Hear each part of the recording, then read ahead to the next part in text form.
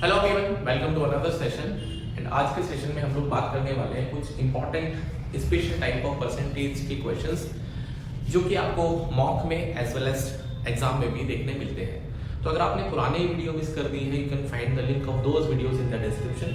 You can watch them, rewatch them और अपने जो कंसेप्ट है उनको कंसोलिडेट करते रहिए, राइट। तो चलिए शुरू करते हैं आज का वीडियो। आज हम लोग बात करने वाले हैं कुछ स्पेशल टाइप ऑफ परसेंटेज के क्वेश्चंस की। तो थोड़ा सा इंट्रोडक्शन करते हैं। तो जो आज के जो सेशन है उसमें हम लोग बात करेंगे, suppose we have a quantity A which can be equivalent to product of the two quantities. We have a quantity A which can be equal to the product of the two quantities. कोई भी ऐसा type है जहां पे आपके पास एक quantity दूसरे का प्रोडक्ट के इक्वल है। फॉर एग्जाम्पल, जैसे मैं आपसे बोलता हूँ आपके पास एक्सपेंडिचर, तो जो एक्सपेंडिचर होता है विच इज हम कितना खर्चा करते हैं, expenditure is equal to that is unit price multiply by the consumption. That is expenditure is in rupees and unit price का मतलब है रुपीज पर यूनिट और per kg for example. And consumption should be in kg also. If I am taking rupees per kg, so definitely I can see I have the same unit on both the sides. तो ऐसे बहुत सारे examples हैं, ऐसे बहुत सारे types हैं जहाँ पे आपको एक क्वांटिटी दो क्वांटिटी के प्रोडक्ट के इक्वल होता है। एक और एग्जांपल जैसे मैं बात करता हूँ डिस्टेंस। तो if you know the distance, it can be metre, kilometre, whatever it is. तो distance can be written as a product of speed and the time. So again I can see the product of the two quantities, that is speed and time, is equal to the third one. I hope आपको ये समझ में आ रहा होगा कि किस तरह से हम एक क्वांटिटी को दो क्वांटिटी के प्रोडक्ट में रिलेट कर सकते हैं। एक और एग्जांपल है, एक और टाइप है, जैसे हम आपसे बोलते हैं that is टैक्स। तो अगर हम किसी भी क्वांटिटी को टैक्स करना चाहते हैं तो जो अमाउंट आता है टैक्स का, that is टैक्स का रेट परसेंट कितना है, I can write that is rate of tax in terms of percentage multiply by income। तो अगर हम इनकम के ऊपर टैक्स लगाते हैं तो ये बनता है इनकम टैक्स, ठीक है। तो इनकम टैक्स जो होता है rate of tax percentage multiply by the income.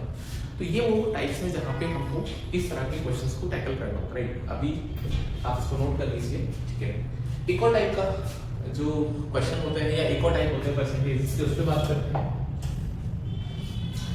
For example, अगर मैं किसी भी क्वांटिटी को सम ऑफ टू और मोर देन टू क्वांटिटीज के इक्वल करता हूं, means A can be written as a product of that is sum of A can be written as a sum of two quantities और more than two quantities also, right. For example, अगर मैं आपसे बोलता हूं income, तो कोई भी person है जिसकी इनकम डॉलर में है, रुपीस में है, it can be in any of the denominations. Income can be written as that is the summation of expenditure plus the savings. तो ये बहुत इंपॉर्टेंट टाइप है जहाँ पे इस तरह की चीजों को आप टैकल करते हैं कि जो इनकम होती है वो एक्सपेंडिचर प्लस सेविंग्स के इक्वल होती है, राइट। तो क्वेश्चन से एक्सपेंडिचर का कुछ परसेंटेज चेंज आपको मिलता है, सेविंग्स में कुछ परसेंटेज चेंजेस मिलता है, so that we can connect कि हम क्या करने वाले, राइट। तो अभी मैंने आपको दो बातें बताई, एक तो प्रोडक्ट ऑफ टू क्वांटिटीज किसी थर्ड के इक्वल होता है, यहाँ पे सम ऑफ टू क्वांटिटीज और more than two quantities also, that is third quantity equal, right. And third हम बात करेंगे आज के सेशन में, इसको भी आप नोट कर लेना। अभी हम इसके क्वेश्चंस भी करेंगे, इसके टाइप भी समझेंगे, but it is just I am giving you कि हम करने क्या वाले, राइट। अगर मैं बात करता हूं आपसे कंपैरिजन की of more than two quantities, ठीक है। जैसे आपके पास 3 पर्सन है ABC, हाँ we have 3 person ABC, it can be आप किसी का कुछ भी नाम रख सकते हैं। If I think that A's income is more than B's income by 20%, A का इनकम B से 20% ज्यादा है and B's income is 10% less than that of C's income. तो यहाँ पे हमने ए बी सी को कलेक्ट किया है इनके इनकम, राइट। तो इस तरह की क्वेश्चंस को कैसे टैकल करते हैं वो भी हम सीखेंगे। तो इस तरह से जब आप चीज़ों को समझेंगे तो आज के सेशन में हम लोग 2-3 बातें यहाँ पे समझेंगे। एक तो product, sum, then this type of questions, right. उसके बाद हम क्वेश्चंस भी करेंगे सो दैट आप चीज़ों को कनेक्ट कर पाए, राइट। चलिए, तो पहले हम कंपैरिजन की बात करते हैं। पहले हम कंपैरिजन की बात करते हैं, इस क्वेश्चन के सॉल्यूशन की बात करते हैं, राइट। तो in previous sessions I am going to erase it so that हम चीज़ों को बिल्कुल शुरू से शुरू करें। I'm going to erase it, right? Okay. So A's income is 20% more than B's income, whose income is 10% less than C's income. Find A's income is what percent more or less than C's income. ठीक है, तो ये एक question है जिसमें बोलता है कि A की इनकम B से ज्यादा है 20% और B का इनकम C से 10% लेस है। तो A का इनकम C से कितना ज्यादा है, कितना कम है, राइट। तो यहाँ पे स्लैश लगा हुआ है, दिस इज स्लैश। ओके, तो A और C का परसेंटेज आपको कंपेयर करना है, राइट। तो in the previous sessions I taught you कि आप परसेंटेज का फ्रैक्शन थोड़ा समझे, राइट। तो अगर मैं यहाँ पे परसेंटेज देखता हूँ तो हमारे पास 20% है, इसका फ्रैक्शन पार्ट होता है 1/5, राइट। मैंने पहले भी सीखा है। और 10% का दोस्तों जो फ्रैक्शन पार्ट होता है ये होता है 1/10। अब ये इंक्रीज है, मींस मोर का केस है, एंड ये डिक्रीज है, ये लेस का केस है। मेरी बात को ध्यान से सुनो। A और B का कंपैरिजन हो रहा है 20% के केस में। A is 20% more than B. So I told you in the previous sessions कि whatever comes after more than or less than, whatever comes after, मैं फिर लिखता हूँ यहाँ पर, whatever comes after more or less than, that will be the denominator. उसको आप base बनाइए या फिर उसको डिनोमिनेटर बनाइए। तो यहाँ पर जो डिनोमिनेटर है that is 5, 20% more than B, तो मैं B को एलोकेट करूंगा 5। तो अगर आप B की इनकम को 5 एलोकेट करते हैं तो A का इनकम तो कितना होगा? तो ऊपर वाला जो नंबर होता है it is representing the change, कितना आपको इंक्रीज या डिक्रीज करना है। तो नाउ इट इज मोर, तो अगर B का इनकम 5 है तो A का इनकम 1 ज्यादा होगा बिकॉज़ ऊपर 1 लिखा है, तो A का इनकम हो जाएगा 6, right. Similarly if I go for 10%, तो 10% के कंपैरिजन में अगर हम देखते हैं तो we are comparing B and C। तो now denominator is 10 and it must be allocated to whose income is 10% less than C. This who is signifying, this is who is signifying to B. तो B का income C से 10% कम है, तो C से कम है, तो C से कम है मतलब C will be the base or the reference जहां से हम चीजों को कंपेयर करेंगे। तो I will give 10 to C। उसके बाद if the C is earning 10, then B will be earning 1 less because it is decreased, so B will be earning 9, right? So now I have made a comparison taking 2 at a time. तो अभी इनको club करना है, इनको combine करना है A B C।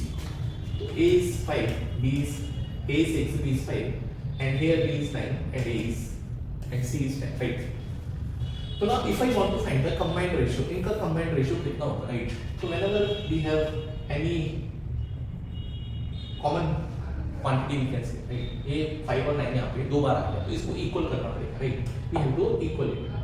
तो इसको इक्वल करने के लिए I multiply this first row by 9 and second row by 5. कुछ ना समझ में आए तो आप इस वाले नंबर को यहाँ मल्टीप्लाई कर दो ऐसे, और इस वाले सेकंड वाले रो पे 5 से मल्टीप्लाई कर दो, so that B will come equal, right? So 9 into 6 is 50, 9 into 5 45, 9 into 5 45, so B will be 45. A तो हो जाएगा 54, B will be 45 and C will be 50, right? So now we have find the ratio, ABC का combined ratio आ गया, ABC का combined ratio आ गया। एक और तरीका इसको करने का, कि अगर आप ए और बी यहाँ पे लिखते हैं, आई कैन सी दिस इज 6/5, और बी और सी का अगर मैं रेशियो लिखता हूं, if I right here this is 9/10, so in the same case here b is 9 and b is 5, सो हमको यहाँ पर इक्वल करना पड़ेगा b को। फॉर दैट हम यहाँ पर b की वैल्यू 9 है तो इधर 9 से मल्टीप्लाई कर देंगे, इधर b की वैल्यू 9 है और यहाँ पर 5 है तो इधर 5 से मल्टीप्लाई कर देंगे। Ultimately if I find abc का ratio, you'll be surprised that the answer will be same, because 9 into 6 54 for A, 45 for B and 50 for C. That's it. It will remain as it is, right? आप कोई भी तरीके से सीखिए, अगर आपको ये अच्छा समझ में आता है यहाँ पे इसको आप ऐसे कर सकते हैं, if you find it easy you can do it like that here, और कोई भी जो तरीके आपको आ रहे हैं, लेकिन आपको करना सही पड़ेगा, राइट? चलिए, उसका क्वेश्चन बोलता है that A का इनकम कितना ज्यादा है more or less C से, तो आप मुझे बताइए कि A का इनकम मोर है, आप बोलोगे +4, तो A का इनकम यूनिट वाइज +4 ज्यादा, it is just a ratio unit wise, right? तो 4 ज्यादा है तो I will write percentage more, तो how much 4 more with respect to, and again whatever comes after more than और less than, this will be the denominator, तो C will be the denominator, that is 50 into 100 for the percentage, so answer will be 8%. I can say A का income C से 8% ज्यादा है, right? मोर आएगा because it is more, right? I hope आपको समझ में आएगा कि आपके पास कोई भी दो या दो से ज्यादा कितनी भी क्वांटिटीज है, आपको इंडिविजुअली इनको इक्वल करना है, जो कॉमन पार्ट है, जो कॉमन है उसको इक्वल करना है, that is the key concept है, राइट? चलिए, आई होप आपको समझ में आया, राइट? तो लेट्स सी कि हम कुछ क्वेश्चंस कर पाते हैं। मैं कुछ क्वेश्चन देखता हूं सो दैट मैंने कुछ कलेक्ट किए हैं। तो यहाँ पे पहला क्वेश्चन आपके सामने है that income of A is 25% more than B, right? चलिए अब हम फिर से इस क्वेश्चन को सॉल्व करते हैं। तो A और B का कंपैरिजन हो रहा है, मैं यहाँ पर लिखता हूँ A और B का कंपैरिजन हो रहा है, तो A का इनकम 25% ज्यादा है किससे? B से। A का इनकम 25% ज्यादा है किससे? B से, right? And the income of C is 65% less than the sum of A and B। ये भी अच्छा क्वेश्चन है कि यहाँ पर जो C का इनकम है वो 65% कम है combined sum of A plus B, आप इस बात का ध्यान रखना, राइट? तो पहले मुझे A और B का कनेक्शन करना है, तो what is the fraction part of 25%? तो it is 1/4, right? 1/4 more than B, तो 4 denominator will be given to B। तो अगर B का इनकम 4 है तो A का इनकम 5 होना पड़ेगा, क्यों? क्योंकि मोर करना है, ग्रेटर करना है, राइट? तो अगर ये 4 है तो 5 हो जाएगा। तो A और B का जो रेशियो आ गया इनकम का, दैट इज 5/4, राइट? 5/4, क्योंकि ये रेशियो है तो I can take any variable, ना भी लोगे आंसर आ जाएगा, राइट? अब ये बोलता है कि C का जो इनकम है वो 65%, so what is the fraction part of 65%, you know, that is 65/100, so this is 5 से 13, 5 से 20, 5 से 13, 5 से 20, तो C का इनकम 13 है, अगर मतलब C का इनकम में 30 का चेंज करना है, प्रोवाइडेड कि A और B का कंबाइंड इनकम 20, A और B का कंबाइंड इनकम कितना है? 20 है, राइट? तो यहाँ पर ये चीज समझनी है आपको, तो income of C is what percent less than A, comparison करना है C का A के साथ, राइट? तो यहाँ पे जो 20 है, this is sum of incomes of A and B, ये मतलब है मुझे यहाँ पे इसको 20 एलोकेट करना पड़ेगा, राइट? मुझे यहाँ पे 20 एलोकेट करना पड़ेगा, सम की बात करना, please read the question, right? चलिए अब हम देखते हैं। तो हमारे पास दो रेशियो है, दैट इज A/B, और A ratio B is 5:4 and A plus B ratio C के साथ, राइट? मेरी बात को ध्यान से सुनो। सम का मतलब प्लस होता है, राइट? सम का मतलब प्लस होता है, तो whatever comes after less than more than, that will be the denominator again. तो अगर A और B का कंबाइंड इनकम 20 है, A और B का कंबाइंड इनकम अगर 20 है, तो यहाँ पर इसको 13 लेस करना है, 13 कम करना है, लेस लिखना है, राइट? लेस मतलब कम करना है, तो फिर C का इनकम 7 हो जाएगा। C का इनकम दोस्तों 7 हो जाएगा, राइट? बिकॉज 13 माइनस करेंगे, आई सबट्रैक्ट 13 फ्रॉम द 20, ठीक है? I subtract 13 from the 20, so that's it. तो अगर ये 20 इनका कंबाइंड सम है तो 13 कम करके 7 मिलेगा C का इनकम, राइट?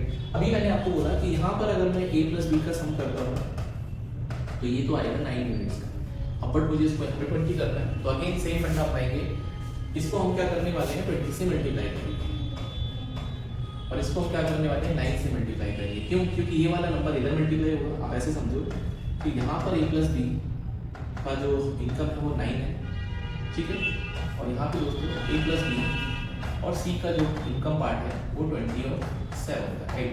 तो मैंने आपको बोला कि a प्लस बी दो इनकम नहीं ले सकते ना, दे आर द पर्सन जो कि सेम टू सेम इनकम होना चाहिए in every case, right.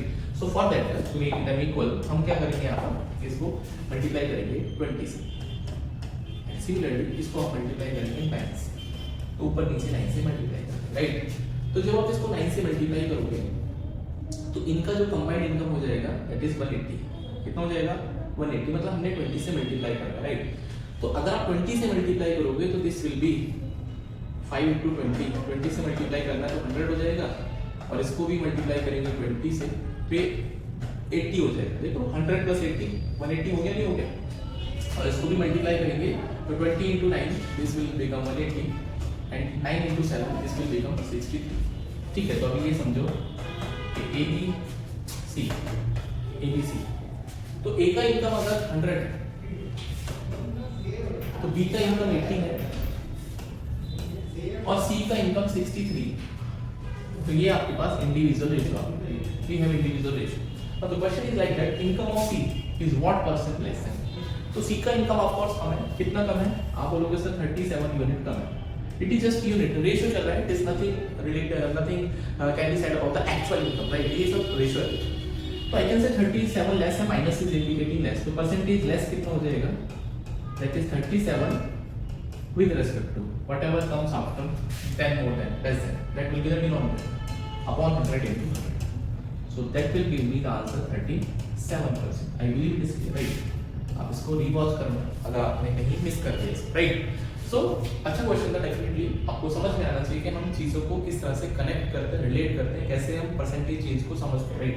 It is just about fraction conversion, उसके बाद आपको प्लस माइनस करना है, प्रोवाइडेड इन्फॉर्मेशन आपके पास क्या अवेलेबल, राइट। चलिए एक और क्वेश्चन सॉल्व करते हैं। वी हैव अनदर क्वेश्चन, ये भी देखो सेम टाइप का क्वेश्चन है। In an examination A got 25% more marks than B, right. तो ए और बी का कंपैरिजन हुआ है, तो ए के 25% ज्यादा नंबर है। So what is that 25% का फ्रैक्शन? 1/4, तो 4 goes to B, तो इसके मिलेंगे 5 number, right, because more than के बाद आता है B, तो B will be the denominator. And similarly if I compare B and C, B got 10% less than C, तो 10% का लेस तो माइनस करना, तो इसका फ्रैक्शन होता है 1/10, तो अगर C को आप 10 देंगे तो B को 9 मिलेगा, ऑफ कोर्स, राइट, B को 9 मिलेगा। And similarly we have one more comparison, that is C and D का। C got 25% more than D, तो C को 25% ज़्यादा करना है D से, तो इसका भी फ्रैक्शन होता है 1/4, तो अगर D के 4 है तो C के 5 है, राइट। सेम लॉजिक लगाओ, मोर देन D, तो जो भी देन के बाद आएगा मोर देन लेस देन के बाद वो डिनोमिनेटर होगा, तो डिनोमिनेटर में D के अगर 4 नंबर है तो मोर का मतलब ऊपर वाले नंबर को न्यूमरेटर को प्लस करना, राइट। मैंने पहले बताया था, अगर मैं आपसे बोलता हूँ x% मोर, तो दुनिया में इसका कोई ना कोई तो फ्रैक्शन होगा A/B, ठीक है, A/B, तो x% मोर का जब आप पहले फ्रैक्शन कंपैरिजन करेंगे तो यहाँ पे जो फाइनल वैल्यू जो आप देखने वाले in terms of fraction that is b a plus 1, आपको ऊपर वाले नंबर को प्लस करना है डिनोमिनेटर में, आपको ऊपर वाले नंबर को प्लस करना है डिनोमिनेटर में। सिमिलरली इफ आई से x% लेस, तो अगेन इसका फ्रैक्शन अगर a/b है तो इसकी जो फाइनल फ्रैक्शन लिखेंगे या फाइनल वैल्यू लिखेंगे that is again b as it is, and b में से a को माइनस करना है। ये इंपॉर्टेंट है, समझ लेना इसको, राइट। तो यहाँ पे फिर से वही कहानी है, हम I can do in single shot also, but थोड़ा सा आपको समझाने के लिए, यहाँ पर b की वैल्यू 4 है, यहाँ पर 9 है, तो हम क्या करने वाले हैं, इसको 9 से मल्टीप्लाई करेंगे, इसको 4 से करेंगे, तो दिस विल बिकम a और b का रेशियो बन जाएगा दैट इज 45, b का वैल्यू इधर 36 हो जाएगा, इधर भी b का वैल्यू 36 है और c का वैल्यू हो जाएगा, जब आप इसको 4 से मल्टीप्लाई करोगे ना तो सबको ही करना पड़ता है बेसिकली, आपको किसको छोड़ना नहीं है, तो ये 40 होगा, राइट।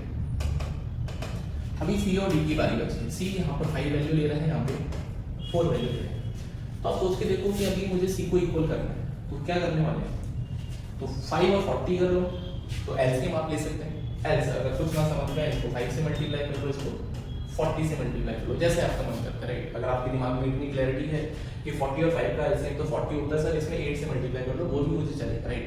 बट इनिशियल लेवल पे नहीं समझ में आता है, तो इस वाले नंबर को यहाँ मल्टीप्लाई कर दो, इसको यहाँ मल्टीप्लाई कर दो, राइट।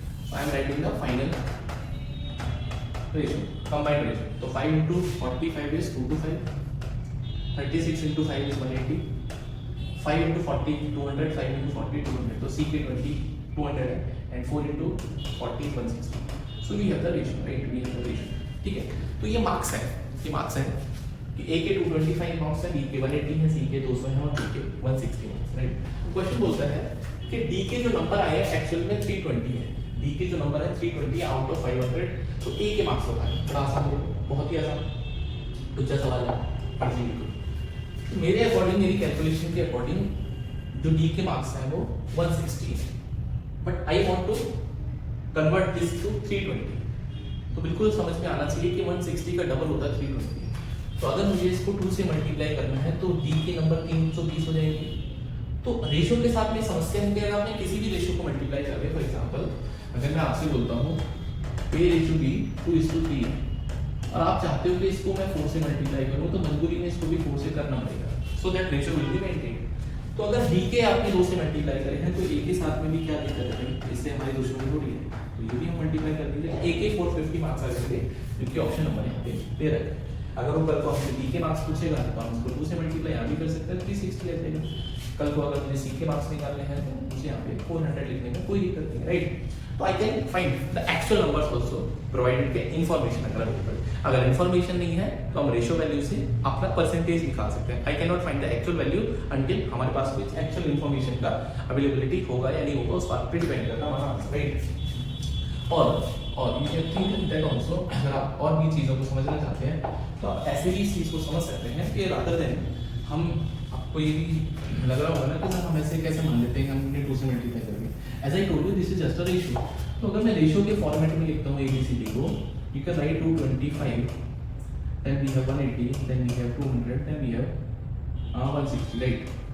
तो this is just a ratio. तो रेशियो के साथ में एक और कहानी होती है कि आपके पास एक वेरिएबल है जो कि इसके साथ अटैच होता है रेशियो के साथ, ऐसा। मैंने अपने एक वेरिएबल के एज्यूम कर लिया, तो मेरे क्वेश्चन के अकॉर्डिंग 160 के का जो वैल्यू है वो 320 है, तो आई कैन से k विल बी 2। तो जैसे ही k का वैल्यू 2 आएगा मेरे पास a का भी नंबर आ जाएगा, राइट? तो आप ऐसे भी इस चीज को इंटरप्रेट कर सकते हैं, तो जैसा आपका मन करे आप ऐसे करें। आई होप आपको ये समझ में आया होगा, राइट? तो इस तरह से हम इस वाले प्रोसेस को समझ सकते हैं कि मोर देन 2% का कंपैरिजन है। डेफिनेटली जो प्रोसेस है वही रहेगा, आपको बस चीज़ों को कनेक्ट करना है, इक्वल करना है, राइट? चलिए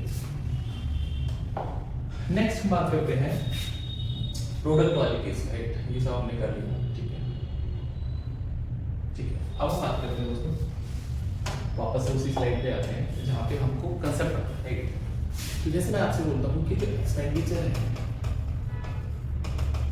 वो होता है दैट इज यूनिट प्राइस है, आप कितने में खरीदारी कर रहे हैं मल्टीप्लाई बाय द क्वांटिटी और आई कैन से कंजम्पशन कितना कंज्यूम कर रहे हैं, ठीक है? तो एक एग्जांपल समझते हैं and just try to understand मैं क्या बताना चाहता हूँ। मैं आपसे बोलता हूँ that price of onion is increased bye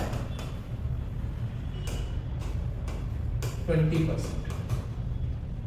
By what percent its consumption should be reduced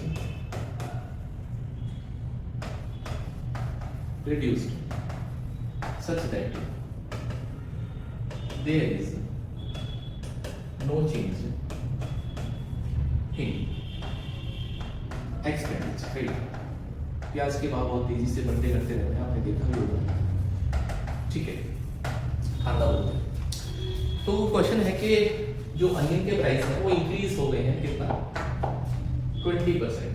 तो कितने परसेंट से कंजम्पशन को रिड्यूस किया जाए जिससे कि खर्चे पे कोई कमी ना आए। सोच के देखो कि हमारे पास 100 रुपीज़ है और हम अपना बाइक या स्कूटी चलाते हैं, तो पहले क्या था कि जो प्राइस था पेट्रोल का वो कम था पर लीटर, तो हमको 100 रुपये में फॉर एग्जाम्पल 1.5 लीटर पेट्रोल आता था, क्योंकि प्राइस कम था। अभी प्राइस ज़्यादा हो गया, तो 100 रुपये आज भी हमारे पिताजी ने दे रखे हैं, अब बोला है कि 100 ही रुपये मिलेंगे, तो मुझे कोई प्रॉब्लम नहीं है 100 रुपये खर्चा करने में, लेकिन इस बात की गारंटी है कि अभी जो क्वांटिटी मिलेगी ऑयल की या पेट्रोल की, वो फ्यूल की, वो कम मिलेगी क्योंकि प्राइस बढ़ गया, राइट? तो सेम अमाउंट में आपके पास अगर प्राइस बढ़ता है तो कम क्वांटिटी मिलेगी, और अगर प्राइस कम होता है तो सेम अमाउंट में ज़्यादा क्वांटिटी मिलेगी, ठीक है।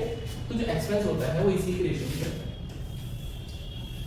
तो अगर प्राइस इंक्रीज होता है, अगर आप ये कहते हैं एक्सपेंडिचर कांस्टेंट, अगर आप ये चाहते हैं कि खर्चा मुझे बराबर उतना ही करना है जितना हम पहले कर रहे थे, चाहे प्राइस बढ़े या घटे, तो प्राइस और क्वांटिटी एक दूसरे के रेसिप्रोकल में इंक्रीज या डिक्रीज होते हैं, they are inversely proportional to each other, right. Price बढ़ेगा, क्वांटिटी कम मिलेगी, प्राइस घट जाएगी, क्वांटिटी ज्यादा मिलेगी for the same amount, right, जो एक्सपेंडिचर है, ठीक। तो उसको समझते हैं। कभी भी इस तरह का क्वेश्चन हो कि जहाँ पे प्रोडक्ट की बात करें तो आपको रेशियो को इक्वल करना, मतलब पहला एक्सपेंडिचर E1 है, पहला प्राइस P1 है, क्वांटिटी Q है, राइट। ये कंजम्पशन है, that is Q for consumption या फिर क्वांटिटी, P मतलब यहाँ पे यूनिट प्राइस की बात कर रहे हैं, यहाँ पे खर्चे की बात कर रहे हैं, दैट इज एक्सपेंस लिखा हुआ है, राइट। इसको अंडरस्टैंड करिए। तो ये पहला वाला सिनेरियो है, दिस इज फॉर इनिशियल, ये इनिशियल है, ठीक है। और अगर मैं फाइनल की बात करूंगा, let it be E2 P2 Q2, तो ये फाइनल हो गया, मतलब हमने चेंज कर दिया, ठीक है। तो ये इनिशियल को हम 1 से रिप्रेजेंट करेंगे, फाइनल को 2 से रिप्रेजेंट करेंगे, राइट। तो इस तरह के क्वेश्चन को सबसे आसान जो तरीका है, आप इसको E1 अपॉन E2 लिखिए equals to P1 upon P2 लिखिए, P2 Q1 अपॉन Q2 लिखिए। इससे आपका कोई भी क्वेश्चन इस तरह की फॉर्मेट का है डेफिनेटली सही होगा, प्रोवाइडेड आप सही चीजों को यूज करें, ठीक है। जैसे प्राइस जो है 20% से अगेन इंक्रीज होगी, इंक्रीज 20% का फ्रैक्शन होता है, दैट इज 1/5, कितना होता है 1/5 होता है। मतलब फिर से समझिए, प्राइस इंक्रीज हो गया, मैंने आपको पहले भी सिखाया है कि ये जो डिनोमिनेटर होता है ये ओरिजिनल को रिप्रेजेंट करता है और ऊपर वाला नंबर चेंज को रिप्रेजेंट करता है। अगेन तो पहले अगर कोई भी प्राइस 5 रुपए का था, अनियन मान लो 5 रुपए पर केजी की थी, आज उसमें 1 रुपए का इंक्रीमेंट करना है, राइट। तो पहला प्राइस है दोस्तों 5 रुपए और आज का अनियन हो जाएगा 6 रुपए, ठीक है। क्योंकि P1 और P2 का जो रेशियो है, पहले प्राइस 5 रुपए का था, आज जो प्राइस है 5 + 1 6 का हो जाएगा। क्यों? क्योंकि 1 रुपए का इंक्रीज करना, मोर देन, मतलब प्राइस इंक्रीज हो गया।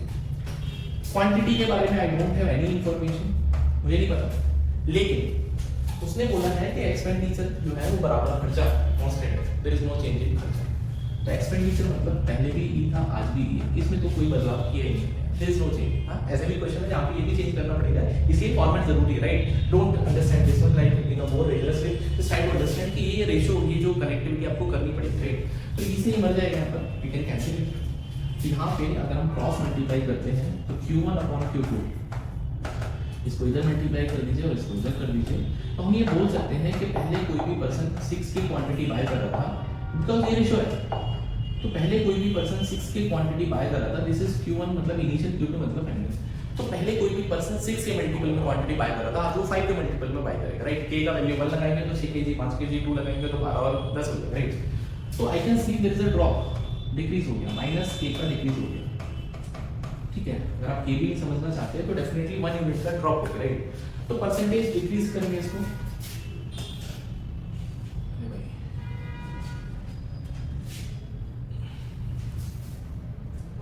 तो परसेंटेज डिक्रीज हो जाएगा। तो कितना डिक्रीज करना पड़ेगा कंजम्पशन में, तो आप बोलोगे सर माइनस का मतलब डिक्रीज होता है, तो -K on original, change is always calculated on the original, पहले कितना क्वांटिटी कंज्यूम कर रहे थे, that is 6K multiplied by 100, तो K से K कैंसिल आउट हो जाएगा, माइनस का मतलब डिक्रीज है, तो दैट इज 16.66% का डिक्रीज हो जाएगा, आई एम राइटिंग हियर 16.66% का डिक्रीज हो जाएगा, राइट। तो अगर आप प्राइस बढ़ाओगे तो क्वांटिटी कम कंज्यूम करने के, प्रोवाइडेड कि एक्सपेंडिचर कांस्टेंट है, right, there is no change in the expenditure, right. आप इस कांसेप्ट को नोट कर लीजिए, बहुत ही अल्टीमेट सा कांसेप्ट है और एग्जाम में रिपीटेडली क्वेश्चन यहां से बन जाता है, राइट। चलिए इस पर बेस कुछ क्वेश्चंस देखते हैं जहां पे हम ये भी देखेंगे कि एक्सपेंडिचर भी चेंज होगा, राइट। देखते हैं क्वेश्चंस, आप इसको नोट डाउन कर सकते हैं, this is very important formation, I for initial, that is 1 for initial, 2 for final, ठीक है। चलिए मैं कुछ क्वेश्चंस मैंने कलेक्ट किए हैं, लेट्स सॉल्व द क्वेश्चंस।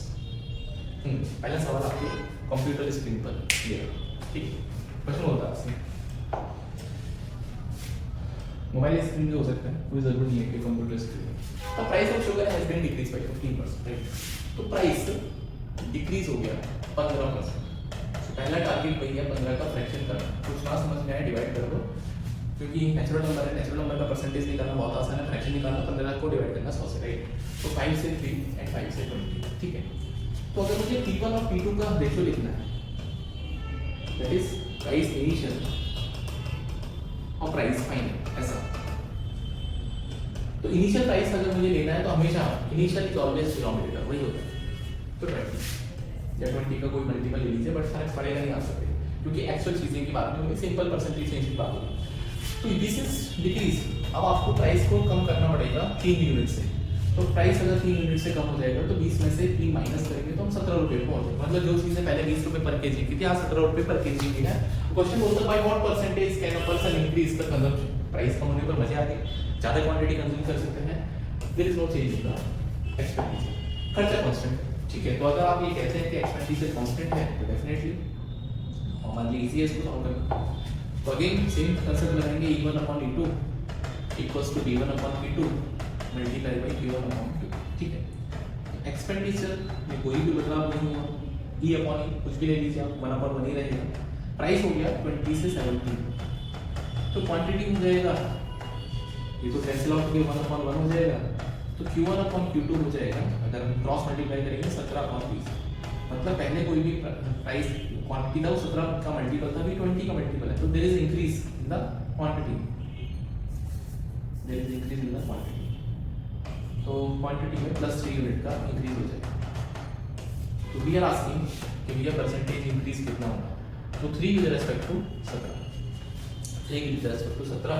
अब क्योंकि परसेंटेज करना तो 100 से मल्टीप्लाई करेंगे, तो 300 अपॉन 17, ठीक है। तो 17 एकम 17 बचेगा आपके पास 13, 17 8 170, 17 7 119, 17 पॉइंट समथिंग आएगा। ऑप्शन नंबर 1 ही अवेलेबल है, 17 पॉइंट समथिंग, राइट। तो 17 पॉइंट समथिंग, तो वो समथिंग की जरूरत नहीं है मुझे, क्यों? क्योंकि ऑप्शन एक ही है 17 वाला। हाँ 17 वाले 2-3 ऑप्शन होते तो शायद से मैं समथिंग को निकालता, बट आपको इस तरह की क्लैरिटी होनी चाहिए ना, एग्जाम में पता चला कि डेसिमल टू डेसिमल मिलाने में लगे, भाई नहीं करना। 4 ऑप्शन है, एक ही आपको मैच करेगा, तो क्यों आपको टेंशन लेना, राइट। सो नोट डाउन कर लीजिए, आगे बढ़ते हैं। एक और क्वेश्चन, सेम टाइप का क्वेश्चन है एंड अगेन खर्चा कांस्टेंट। यहाँ पे थोड़ा सा परसेंटेज आपको ऑकवर्ड लग सकता है। A person increases consumption by 42.84%, right. तो अगर आपने पुराने एक्सरसाइज कर दिए हैं तो आपको शायद से नहीं पता चलेगा, लेकिन देखिए तो आपको पता चल जाएगा। कंजम्पशन इंक्रीज हो गया 42.84%, राइट। तो 1/7 1/7 होता है 14.28 and I want to make it 42। 14 में क्या मल्टीप्लाई करेंगे, 42 हो जाए, बोलोगे 3 से मल्टीप्लाई कर दो। तो जब मैं 3 से मल्टीप्लाई कर दूंगा तो ये हो जाएगा दैट इज 42.84, राइट। तो इसलिए 42.84, तो दिमाग में घंटी बजी, इसका फ्रैक्शन हो गया 3/7, right. 3/7 I believe this. Practice से आपको चीजें आएंगी, अगर पुराने चीजों को प्रैक्टिस नहीं करेंगे तो definitely you will be in trouble. A person increases his consumption of sugar by 42.84%, right? तो कंजम्पशन की बात करें मतलब Q1 अपॉन Q2, तो पहले वो बेस आपका हमेशा ओरिजिनल होता है, 7 यूनिट कंज्यूम कर रहा था, अभी 3 यूनिट इंक्रीज करके 10 हो जाएगा, राइट। 7 में 3 यूनिट इंक्रीज कर, और खर्चा जो है कांस्टेंट है, there is no change in the expenditure. तो अगेन मैं वही फंडा लगाऊंगा, मैं बार-बार इसलिए लिख रहा हूँ जिससे कि आपको भी लिखने की आदत पड़े, मुझे जो डायरेक्ट आंसर करने में कोई दिक्कत नहीं है, बट प्लीज आप इसको समझिए, that is no change in the expenditure. तो E अपॉन E हो जाएगा। प्राइस का चेंज मुझे कैलकुलेट करना है, कंजम्पशन जो है 7 से 10 में, तो ये कैंसिल आउट हो गया, अगेन 1:1। तो जो P1 अपॉन P2 हो जाएगा वो जस्ट रेसिप्रोकल हो जाएगा। मैं जानता हूँ आप यहाँ से भी रेसिप्रोकल हो सकते हैं। तो there is a decrease of 3 units, तो प्राइस जो है वो 3 से कम हो गया। Now you are asking percentage decrease कितना होगा, तो 3 यूनिट का डिक्रीज है with respect to price is always, कोई भी चेंज दुनिया का है वो हमेशा ओरिजिनल पर कैलकुलेट किया जाएगा, प्रोवाइडेड कि क्वेश्चन में ये ना बोला हो कि फाइनल पर निकालना है, कुछ भी नहीं किया तो we will always calculate the change on the original, right. तो ओरिजिनल जो होते दैट इज 10, उसको मल्टीप्लाई करेंगे तो आपका आंसर आएगा, और मेरा भी आ गया 30%, राइट। तो option number 1 I believe this clear, ठीक है। तो अगर आपके पास दो चीज़ों का प्रोडक्ट कांस्टेंट है तो हम यहाँ से इस तरह से चीज़ों को कनेक्ट करते हैं, ठीक है। तो let's solve one more question अगर मेरे पास अवेलेबल है, ओके। तो ये कैसे क्वेश्चन है, यहाँ पे आपको एक्चुअल क्वांटिटी की बात है, राइट। यहाँ पे भी आपके एक्चुअल, तो price of the rice falls by 35%, right. तो प्राइस घट गया 35%, what is the fraction part of 35%? 7/20, 7/2। I can say P1 upon P2, तो हमेशा पहला जो प्राइस है डिनोमिनेटर वाला होता है। अब ये डिक्रीज करना है तो हम 7 माइनस करेंगे इसमें से, तो P1 अपॉन P2 20 और 13 आ गया, राइट? मतलब पहले प्राइस 20 रुपीज पर केजी था, तो अब ये 30 रुपीज पर केजी है, और यू कैन से कि रेशियो चल रहा है तो हम इसको x पे मार सकते हैं,